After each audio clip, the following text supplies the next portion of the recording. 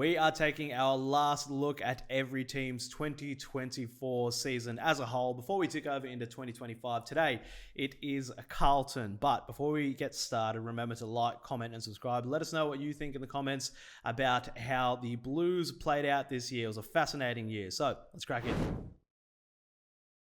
This season review is brought to you by Skills Beast, the best teaching apparatus to learn how to kick effectively with the correct technique every time. No matter what your age or skill level, Skills Beast will transform your kick. Head to skillsbeast.com to instantly kick better. And to help me break all of this down, AFL commentator Darren Parkin and analyst Darren, it was a bit of a reversal of the year before. Yeah, it was. 2023, 13-9-1. This year, 13-10. But last year, they were 4-7-1 at the midway point of the year. Went 9-2 after that to finish fifth, and then obviously marched into a prelim. This year, they were 11-4 and sitting second on the table, and then went 2-7 to fall down to eighth spot and then get knocked over by the Lions convincingly in that elimination final. But big differences in the way they played as well. Last year they were ranked 9th for scoring and 4th for defence. So they were a very hard side to score against. This year they were the 4th most potent team in the competition, a very attacking side, but dropped all the way from 4th down to 14th for points against, conceded more points than anyone else in the 8, which was concerning for them, but perhaps a little bit in terms of the tactical way that they were going about it and being a little bit more offensively minded, but they'd still be a bit frustrated by that. To break that down, they conceded over 90 points in a game just twice last year. They did it 8 times this year, including over 100 on 6 occasions. So they did become a little bit leaky, for want of a better expression. Yeah, some fascinating numbers there. Let's move now to the 2024 pass mark.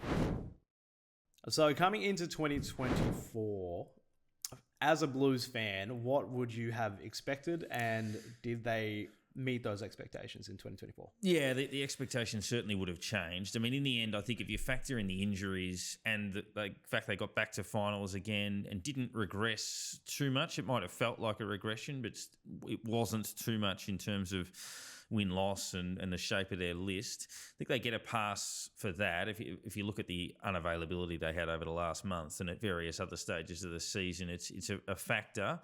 But look, I mean, to make a prelim last year, then they came out and beat Brisbane at the Gabba in their opening game, coming from 7 goals down to win. They won their first 4. They would have been thinking they could win the flag at that stage, and a lot of people thought they could. So there'd be a hint of disappointment and frustration in it, but I think to hang on and play finals, they get a pass, if not much more than that. Yeah, I think it's almost a pass for me. I think, you win a final the year before, you don't the next year. It's a little bit iffy, but yeah, given all the context of the season, how tight the competition was, I'll give them a pass. All right, so looking at the lowlights for the Blues this year, most of it revolves around injuries. It does, and there's also a couple of negative stat-wise which counteracts some of the positives. But look, the injuries were brutal. They lost Doherty in that memorable win over Brisbane at the start of the season. He came back just in time for that final, but they were a bit banged up by then. But, Marchbank and Martin barely played, lose their place on the list as a result. Walsh missed about the first month. Curnow missed the last 4 or 5. De Koning missed about 6 weeks towards the back end of the year. Teams get injuries, but obviously the 2 biggest factors are who, but particularly when. So when do you lose those players? And they lost too many of them at once, and it paid a really heavy toll. Now, we look at Carlton as being an outstanding midfield, and that they are. So when we talk about the highlights later, we'll get to the good stats. But some of the bad stats around it was when they lost the clearances, what happened? So they lost the clearance count in 8 of the 11 games they lost. They ranked 16th for points against from clearances and 14th overall for defensively, and further to that, 13th for scores once inside 50. So if they lost the clearances, they were in a fair bit of trouble. They didn't lose them too often, but it was bad news when they did. So looking at the highlights now it's interesting because in our lowlights we were just talking about their clearance work, but in our highlights it still is their strong midfield. Yeah, that's right. So what we're trying to point out there is that their midfield is very good. It's just if it goes astray, they haven't necessarily been able to balance that out or counteract it. But they're second for contested possession differential in the comp, fourth for scores from clearances, and fifth for overall clearance differential. So that shows how good they are in that area. But just balancing that out with what we said before, when they lose the clearances, they rank third last for conceding scores, and they rank 13th for scores once the ball gets inside their forward 50. So win the clearances, dominate; lose the clearances, in trouble, is effectively the summary. Elijah Hollins was a pretty positive recruit. Zach Williams worked for them when they threw him forward.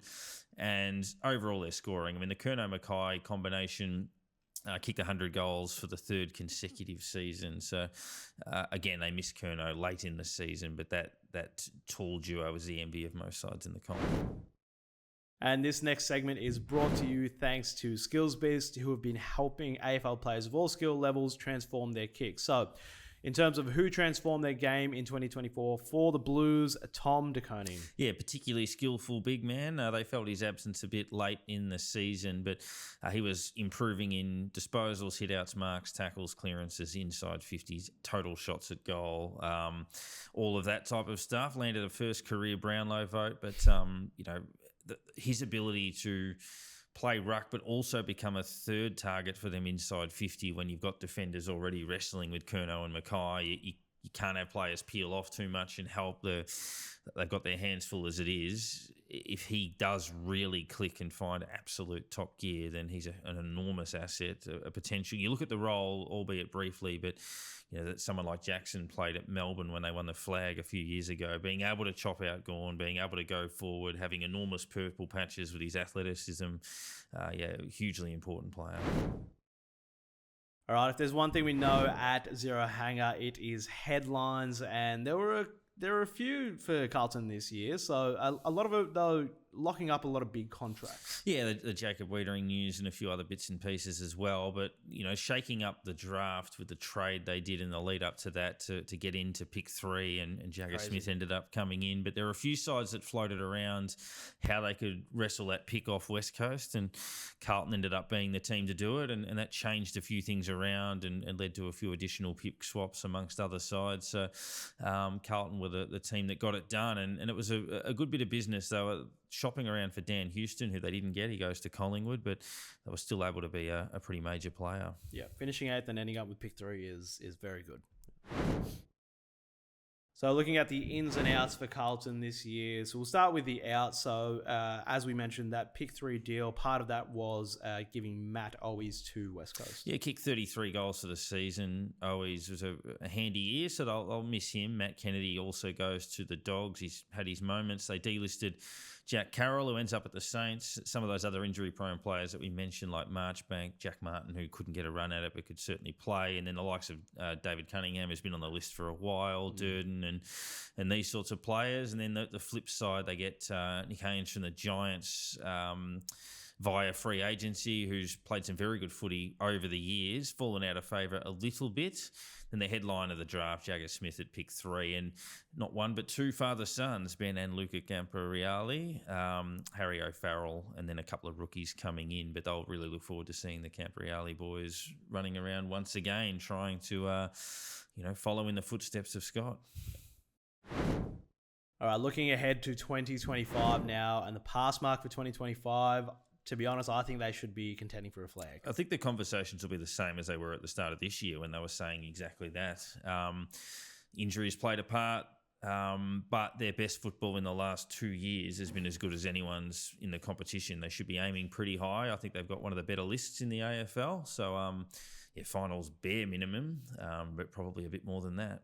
Yeah, I think top 4.